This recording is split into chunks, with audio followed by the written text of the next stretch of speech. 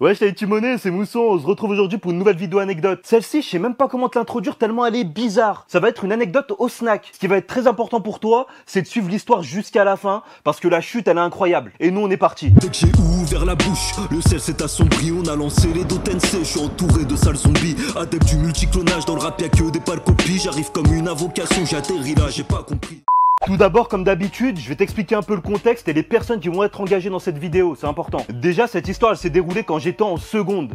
Et je t'avais déjà expliqué dans plein d'autres vidéos que moi, je traînais à la fois avec des rats de mon quartier, mais aussi avec des personnes, des petits intellos, Mickaël, Anthony, Alexandre et tous super gentils. Les pélos de mon quartier, j'aimais bien traîner avec eux parce qu'ils faisaient trop rire. Tu t'ennuyais jamais. Et à chaque fois, t'en avais un qui faisait une connerie ou qui était en sec pas, donc qui disait de la merde et on s'explosait la gueule. Après, moi, j'étais là avec eux pour me taper des barres, mais pas pour faire les petites conneries, pour fumer du shit, pillave et tous ces trucs là, c'était pas pour moi. Et de l'autre côté, t'avais les pélos de mon lycée, ceux qui étaient dans ma classe, donc les petits intellos. Et avec eux, depuis très longtemps, j'avais l'habitude de traîner, soit on allait se faire un foot en équipe, ça passait bien, soit il y avait des petits délires en classe, mais c'est vrai que quand je sortais des cours, je les calculais pas forcément, ou un peu moins que les pélos du quartier en tout cas. Par contre, on va pas se mentir, l'avantage avec les petits riches et les intellos, c'est qu'ils avaient toujours des maisons de fous avec piscine et tout, et c'était les seuls à organiser des sacrées soirées. Ça pétait sa mère. Tu l'as compris, ça fait j'étais partagé entre deux univers. L'univers des intellos, où ça se tapait des barres mais c'était très gentil, et l'univers des rats, où là il y avait des conneries, des embrouilles, des tapes et tout. Les gens de ma classe, je les dénigre pas du tout, parce qu'avec eux, j'ai cher eu des bons délires, on a rigolé, on a discuté, on a fait des sorties scolaires ensemble, c'était de la bombe. Mais c'est vrai qu'ils connaissent pas les codes des rats du quartier. Ce qui fait que quand les deux univers se rencontrent,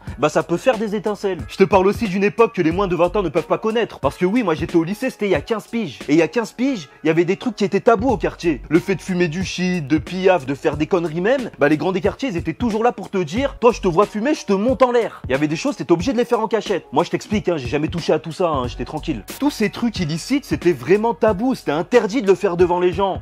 Donc les gens se cachaient pour le faire. C'est pas comme aujourd'hui où normal, tu croises une personne, elle est avec sa poussette, ses deux gamins, elle roule son shit devant les decks et y a pas de problème. Même quand j'allais bouffer au snack, c'était une sortie exceptionnelle. C'est pas un truc où je pouvais y aller chaque semaine, frère. J'économisais pendant un mois et je m'organisais une petite sortie. Et cette fois, je me suis organisé la petite sortie avec les pélos de ma classe. À travers toutes ces choses interdites, je suis aussi en train de t'expliquer qu'on avait notamment les grands du quartier, mais moi j'avais aussi 4 grands frères. Et j'ai envie de te dire, ça tourne vite dans le quartier. Tu fais une connerie, ton frère il est au courant, ta mère elle est au courant, tes 4 frères ils te tombent dessus, ils te détruisent. Tu faisais une connerie à 18h, à 18h10 tu te mangeais une gifle sans savoir pourquoi. Fallait pas avoir peur du danger pour faire de la merde. Un truc qu'on retrouve plus aujourd'hui, il y avait aussi cette notion de respect. Jamais de la vie on allait faire de la merde devant des grands, devant des petites vieilles. On les aidait à porter leurs courses nous à l'époque. Aujourd'hui frère, je vire, je vois des vidéos, t'as des gamins de 13 piges qui vont gifler une vieille pour lui voler 10 euros. Mais incroyable, c'était interdit à l'époque. Mais notez bien, c'est important pour le reste de l'histoire, que les pélos de ma classe, ils avaient aucune notion de tout ça, aucune notion de respect ou quoi que ce soit. Si bien sûr, ils respectaient leurs parents. Mais c'est vrai qu'en dehors de tout ça, les personnes âgées, etc.,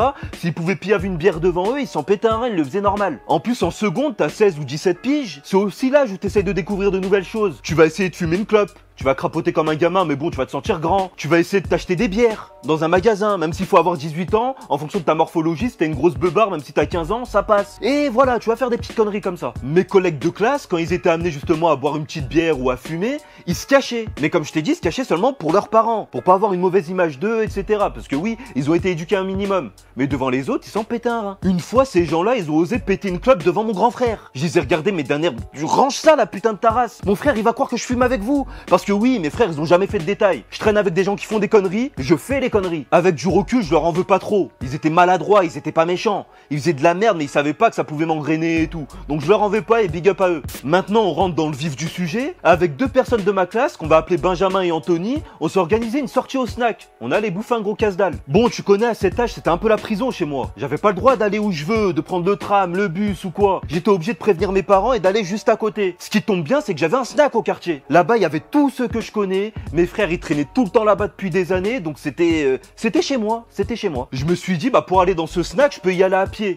Donc je vais amener mes potes là-bas, comme ça mes parents ils vont pas me dire non tu y vas pas, tu rentres à quelle heure, pourquoi, comment, où, laisse les coordonnées de telle personne et tout. Ils vont me laisser y aller parce que j'y vais à pied et ils connaissent l'endroit aussi. Et justement, qui dit snack du quartier, 10 snacks avec les pélos du quartier. Donc il y avait quand même des codes à savoir, fallait se tenir pour pas se hacher, mais surtout pour pas qu'il y ait des histoires qui me remontent dessus en sortant du snack. Je fais un petit briefing à Benjamin et Anthony, je leur dis bah écoutez, je sais que vous allez rarement manger dans un snack et tout, t'y vas, tu rentres, il y a le menu qui est affiché en grand frère, tu choisis ton casse-dalle, ta sauce, ta viande et une boisson. Tout simple, y a rien de compliqué, si tu fais ça, tout va bien se passer, y aura pas de souci. T'as le petit Anthony là, il avait pas perdu le nord, il entend le mot boisson, il me regarde et il me dit est-ce qu'ils vendent des bières là-bas? Là je le regarde plein de stress frère.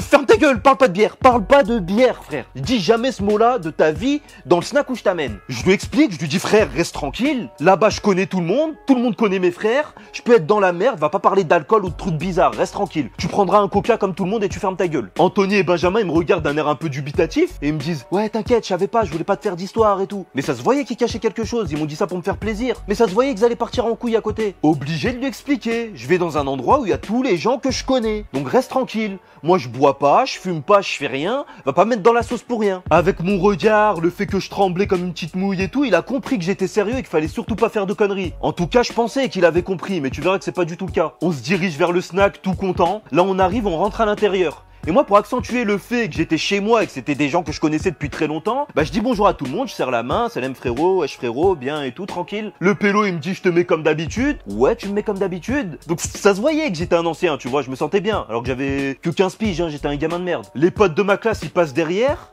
Et ils prennent leur commande. Je vais pas te mentir, hein, ils ont pas fait d'écart, ils ont juste dit tu me mets pareil que Mousson. Je me suis dit impeccable, ils ont compris. Mais écoute derrière ce qu'il rajoute le pélo. Anthony, il avait remarqué que j'avais dit bonjour à tout le monde, ils étaient tous gentils, ils leur ont serré la main aussi et tout, ils les ont bien accueillis. Ils se sont dit mais Mousson il abuse, mais ils sont super gentils, à quel moment ils vont faire des dingueries? J'ai le droit de demander s'il y a des bières. Ça a pas loupé, regarde le pélo de la caisse et il lui dit pour la boisson, je vais pas prendre un coca comme Mousson, est-ce que t'as des bières? Là j'ai senti tous les regards se tourner vers lui. Même moi je me suis tourné vers lui, ouais, j'ai dit mais qu'est-ce qu'il raconte?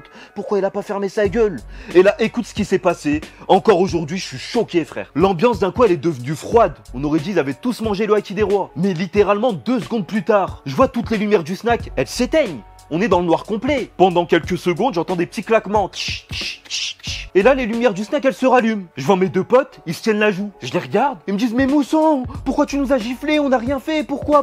Je les regarde et je leur dis mais vous êtes barjots, j'ai giflé personne, moi. J'étais là, j'ai rien fait du tout, qu'est-ce que tu racontes? Et ils insistent, si, on a mangé des claques et tout, regarde notre joue. Ils avaient une marque chacun. Et j'ai pas compris pourquoi, parce que j'ai juré c'était pas moi. Si vous passez par là aujourd'hui, Benjamin et Anthony, je vous le répète en vidéo, c'était pas moi, j'ai rien fait. Moi, si j'ai bien compris, les gens du snack ont tellement été choqués qu'ils vous ont hagar, c'est tout. Vous avez mangé une gifle parce que vous avez demandé de l'alcool et qu'il fallait pas demander de l'alcool. Je t'avais prévenu juste avant, hein, pour le rappel. Moi derrière, j'explose de rire parce que perso, j'avais rien ramasse. Et là, je regarde les gens du snack pour essayer de déceler des petits regards et pour quelqu'un m'avoue c'est qui. Et je vois des petits sourires, sont tous contents. On aurait dit que c'était une procédure qui avait été mise en place il y a des années, au cas où tu utilisais un mot tabou. Je sais pas, le mot shit, le mot alcool, le mot... J'en sais rien. Mais en tout cas, c'était un truc qui était super bien rodé. Parce qu'à partir du moment où il a sorti le mot alcool, la lumière elle s'est éteinte, ils ont mangé une gifle, ça s'est rallumé, tout le monde était à sa place. Et j'ai pas compris. Après ce petit incident, bah il a pris un coca, hein, il a pas eu le choix.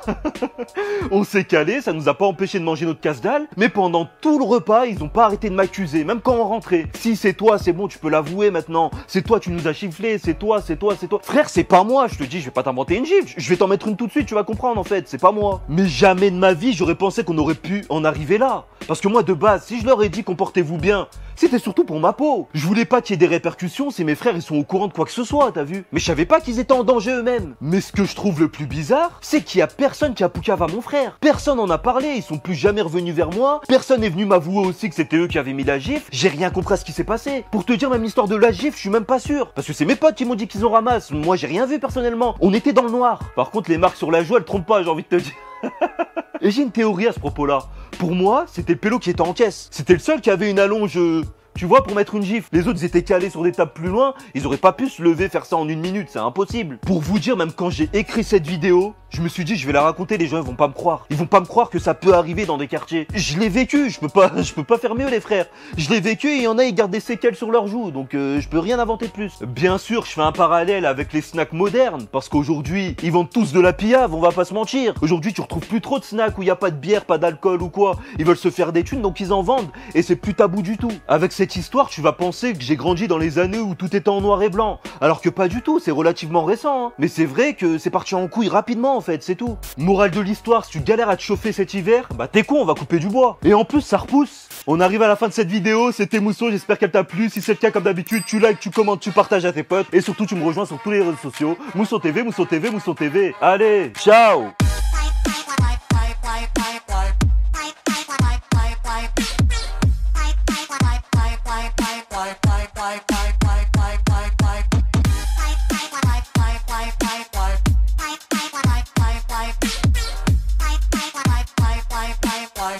Bye.